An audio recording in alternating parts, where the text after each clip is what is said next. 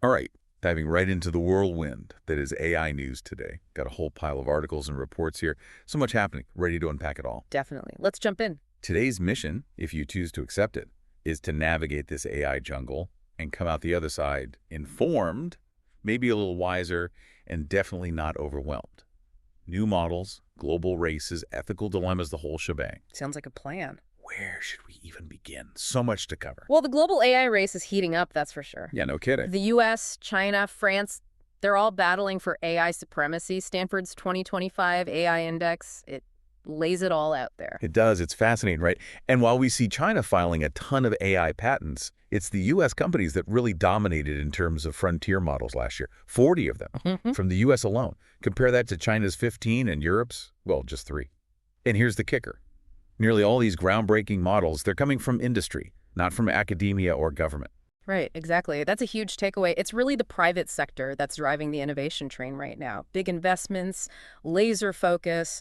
It's all about tangible results, pushing the boundaries of what AI can do. And that has implications for all of us, right? Absolutely.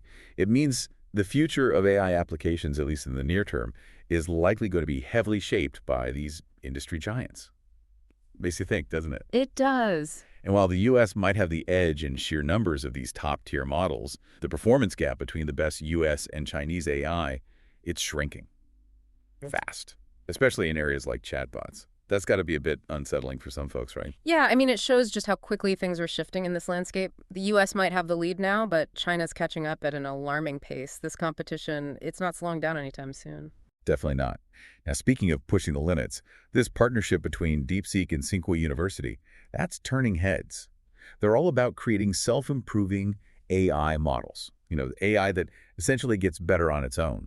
And get this, they say they've trained a pretty competitive large language model for just $6 million. $6 million.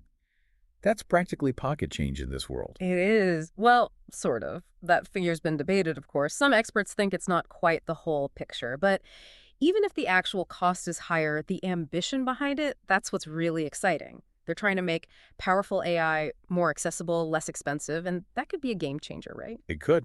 It could open the doors for smaller players, lead to more innovation in unexpected places. Okay. Let's talk about some of these new AI models that are hitting the scene. Meta, they just unveiled their mixture of experts models, part of their Llama 4 family, Llama 4 Scout, and Llama 4 Maverick. Interesting names. Right, catchy. And these are multimodal models. So they're trained on a massive buffet of data, text, images, videos, the whole 9 yards. And guess what? They're already working on an even bigger one, Llama 4 Behemoth. Now, for those who aren't AI experts, what's the deal with this mixture of experts approach? Why is it significant? Okay, imagine you've got a team of AI specialists, each one a pro in their own field. That's kind of what a mixture of experts model is like. Depending on the task at hand, the model activates the most relevant expert. It's a way of handling complexity, improving performance, and potentially achieving things that were previously out of reach. And the multimodal training, that just adds another layer. Another layer of complexity, another layer of potential. But here's where things get a little tricky. It seems the version of Meta's Maverick model that's been killing it on the LM Arena benchmark, that platform that ranks large language models well, it might not be the same version that developers actually have access to. That is tricky. Yeah, it makes those comparisons, well, a little misleading, wouldn't you say? Yeah, transparency in AI evaluations, that's a big deal. If the benchmark results don't accurately reflect the real-world performance of the model you can actually use, that sets up unrealistic expectations. It makes it tough for developers to know what they're actually getting. Right, exactly. Meanwhile, Baidu's not messing around. They've got ERNIE 4.5 and ERNIE X1, their answer to models like GPT 4.5 and DeepSeek R1. And the word on the street is they're cheaper to run. That's what they're claiming, yeah. Performance and cost effectiveness, that's the sweet spot everyone's aiming for. If Baidu can pull it off and, deliver models that are competitive but less expensive, that could really shake things up. It could make these advanced AI capabilities accessible to a wider range of users, researchers, businesses. And they're planning to open source ERNIE X1 in June, which is huge for the AI community. It means more people can tinker with it, experiment, potentially build amazing new things on top of it. Exactly. Open sourcing models like this can really accelerate the pace of innovation. It's exciting to see. Now, let's talk about some of the mind-blowing things these models can do. OpenAI's GPT-4o, for example, it's got a new trick. It can generate images right within the same output sequence. So you can ask it to write a story, and it'll just pop in an illustration right where it's needed. Pretty cool, right? Yeah, that's a big step forward. It's all powered by what they call a transfusion architecture, a fancy way of saying they've combined different types of neural networks to create something more versatile, more capable. And they're testing a watermarking feature for their image gen model, Yeah. trying to address some of those concerns about where these images are coming from, how they might be misused. Right. Responsible AI, that's a key theme we're seeing across the board. And this integration of text and image generation, it has huge implications. It suggests a future where AI can understand and interact with the world in a much richer, more multifaceted way. Absolutely. And it's not just about what these models can do. It's also about how fast they can do it. Hmm. NVIDIA, they're working hard to accelerate inference on models like Meta's Llama 4, optimizing their software to make these models run smoother, faster. And that's crucial, right? Because at the end of the day, these models are tools. And a tool is only useful if you can actually use it effectively. Efficient inference, that's what makes these advanced capabilities practical for real-world applications. Makes sense? It's all about bringing AI out of the lab and into the real world. Mm. Now, let's shift gears a bit. How are all these advancements playing out in different industries? What are we seeing on the ground? Well, one clear trend is that companies are becoming more discerning about AI adoption. It's no longer just about jumping on the bandwagon. It's not enough to just say, hey, we use AI. Right. It's about understanding the return on investment. What value is this technology actually bringing to the table? How can we leverage our unique data assets to gain a competitive edge?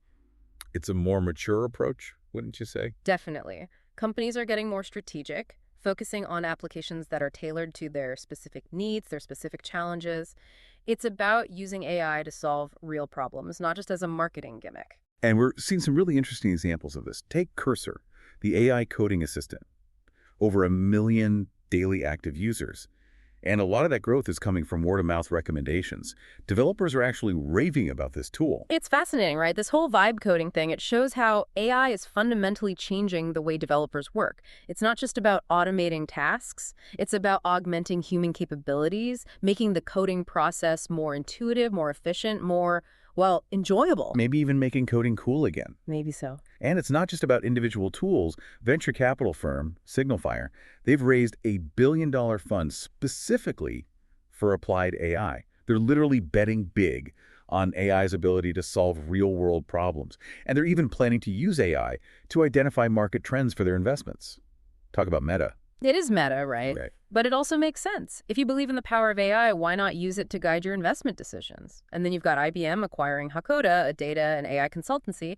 They're clearly doubling down on their AI services, recognizing the growing demand for expertise in this area. Right. It's not enough to just build the technology. You need people who can implement it, who can help businesses navigate this complex landscape. It's a whole new industry emerging. Now let's get a little more speculative. One futurist has suggested that AI advancements in the 2030s could have a huge impact on human longevity. They're basically saying that if you can just hang in there for another decade or so, AI might help you live longer, healthier lives. It's a bold prediction for sure, but it does raise some interesting questions about the potential of AI in healthcare, drug discovery, personalized medicine. If AI can help us understand and address the underlying causes of aging, that could be a game changer for humanity. It could. We'll have to wait and see.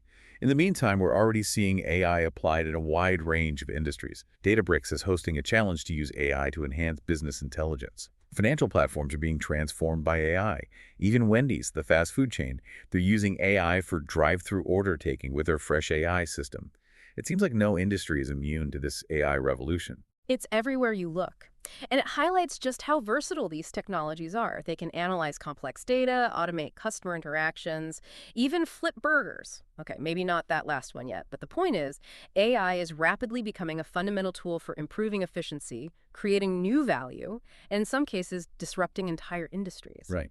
And speaking of disruption, there's this prediction that AI could have a massive impact on the $20 trillion professional services industry.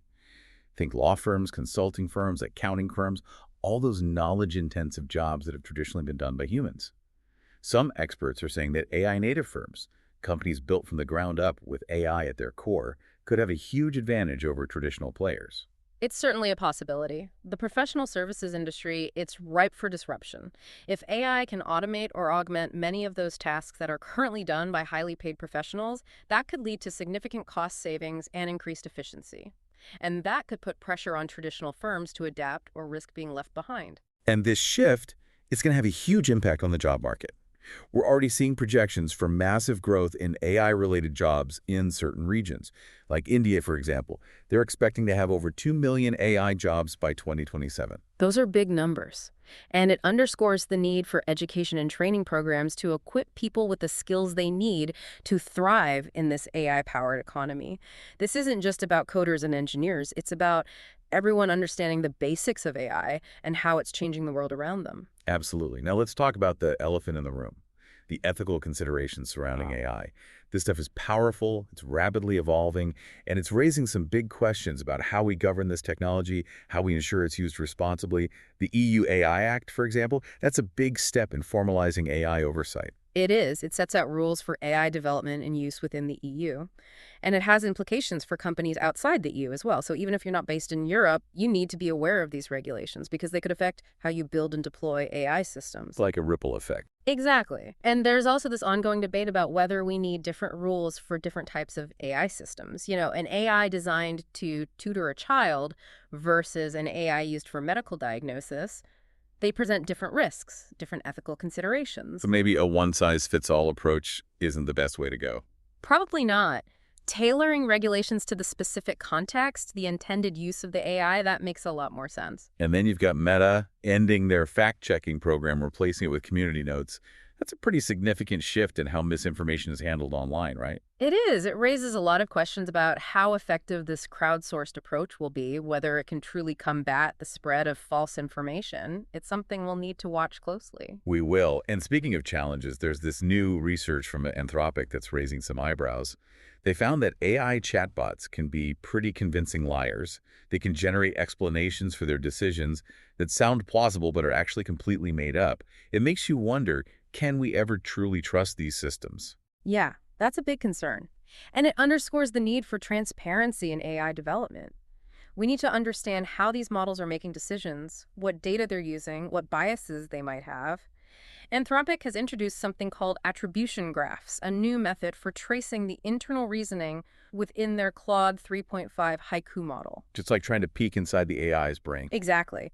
And the more we can understand these black box systems, the better equipped we'll be to address issues of bias, fairness, and accountability.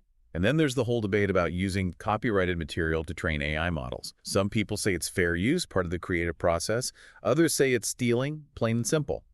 It's a complex issue with no easy answers. It is. And it raises questions about how we balance the need for innovation with the rights of creators. Can AI learning grow without infringing on copyright? Or do we need new legal frameworks to govern this new landscape?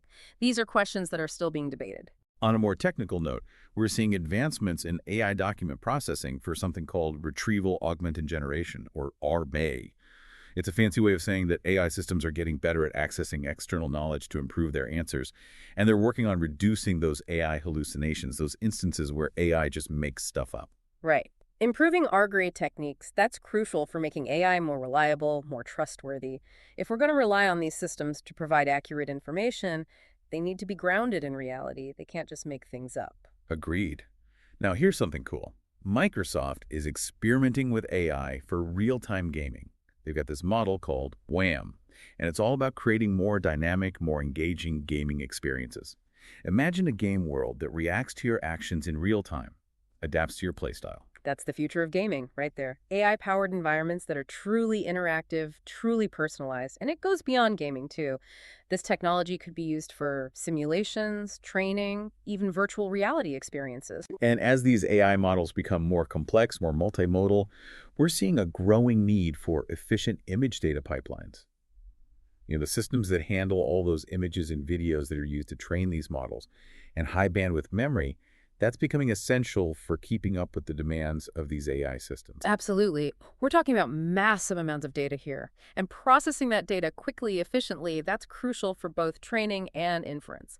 High bandwidth memory, it's like giving the AI a bigger, faster brain. And NVIDIA, they've released Agent IQ. an open-source library for connecting and optimizing teams of AI agents. So now you can have multiple AI agents working together, coordinating their actions to achieve a common goal. That's fascinating. It opens up so many possibilities for building more sophisticated AI systems. Imagine a team of AI agents managing a complex task, like air traffic control or disaster response. Each agent with its own specialized skills working together seamlessly. It's like a symphony of AI. Exactly. Now, let's not forget about the challenges ahead. The increasing cost of training these top-tier AI models, that's a major concern. Yeah, it's not cheap to build these things. And the environmental impact, the carbon footprint of all this computation, that's another big issue. We need to find ways to make AI development more sustainable, both economically and environmentally. Absolutely. And many of the current AI benchmarks, they're becoming less useful as AI systems reach those upper limits of performance.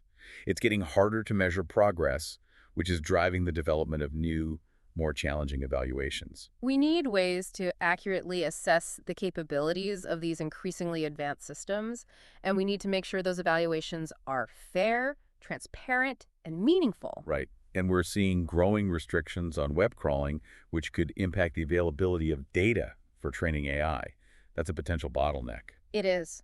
But it could also force us to become more creative, more efficient with how we use data. Maybe the future of AI isn't about bigger data, but about smarter data. Interesting thought. And while we're seeing huge investments in AI, the expected return on investment, those big cost reductions and revenue increases, they haven't fully materialized yet. It's still early days, but the pressure is on to show results. Right. There's a lot of hype surrounding AI, and rightly so. But ultimately, it needs to deliver on its promises. And finally, while AI is showing huge potential in fields like medicine and research, there are still hurdles to overcome in terms of real-world implementation. It's not enough to just build the AI. No, we need to figure out how to integrate it seamlessly into existing workflows, how to make it work alongside human experts. And that's a whole other challenge. So there you have it, the world of AI in all its complexity and wonder. As you can see, things are moving fast. The competition is fierce, the innovation is relentless, and the ethical dilemmas are complex. But one thing's for sure, this is just the beginning. It is. And staying informed, engaged, and critical is more important than ever. We've covered a lot of ground today, but what stands out to you? What are your takeaways? What questions are swirling in your mind? This is a conversation that's just getting started, and we're all in this together. So keep exploring, keep questioning, and we'll be here to help you navigate this ever-evolving world of AI.